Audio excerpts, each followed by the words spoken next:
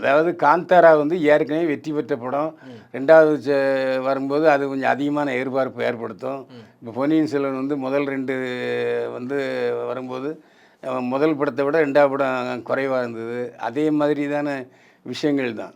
ஒருவேளை டைட்டில்னால எதுவும் பிரச்சனையா இருக்குமா? இட்லி கடை ரொம்ப இல்ல அதான் இட்லி கடைன்னு சொன்னா, இங்க உள்ளவங்களுக்கு இட்லி கடைன்னா, இங்க டீ ஷாப்புன்னா தெரியும். இப்போ ஆஸ்பத்திரிக்கு போறோம்னு சொல்றோம், ஹாஸ்பிட்டலுக்கு போறோம்னு சொல்றோம், கிளினிக் போறோம்னா சொல்றோம்.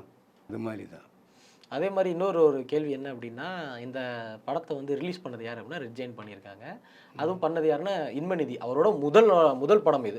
ஒருவேள இது ஒரு நெப்போட்டிசமா இவர் எப்படி உள்ள வந்திருக்காரு அப்படின்றத எதிர்க்கிறதுக்காக ஒரு சிலர்லாம் போகாம இருந்திருக்கலாமோ?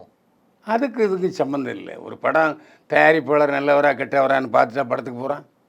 ரொம்ப பேருக்கு எ அந்த டைட்டில பார்த்த பிறகு தான் இன்பன் உதயநிதிங்கிறதே தெரியும். ஆமா. அதுக்கு முன்னால யாருக்கு தெரியும்?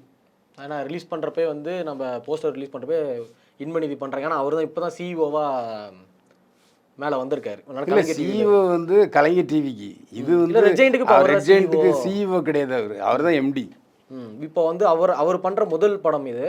ஒருவேள அவர எதிர்க்கிறதுக்காக அதுக்கும் இதுக்கும் முடிச்சு போடவே கூடாது. அதாவது இப்போ அ காந்தாராவையும் ஏன் ரெட் ஜெயண்ட் ரிலீஸ்ன்னு சொல்லக்கூடாது? அதையும் அந்த அவங்க பினாமி தான் ரிலீஸ் பண்ணியிருக்காங்க. வேற யாரும் இல்ல. ஓ அவங்க பினாமி தான் காந்தாரா சாப்டர் 1 ரிலீஸ் ஆமா. அது இன்னைக்கு தியேட்டர் ரைட்ஸ் பூராமே அவங்க கண்ட்ரோல் இருக்கு. காந்தாரா படத்துக்கு எத்தனை தியேட்டர் குடுக்கணும், இட்லி கடைக்கு எத்தனை தியேட்டர் குடுக்கணும், இட்லி கடை கொஞ்சம் டல் ஆச்சுன்னா காந்தாராவுக்கு ஏத்துவாங்க. அப்படி அவங்க கையில தான் இருக்கு.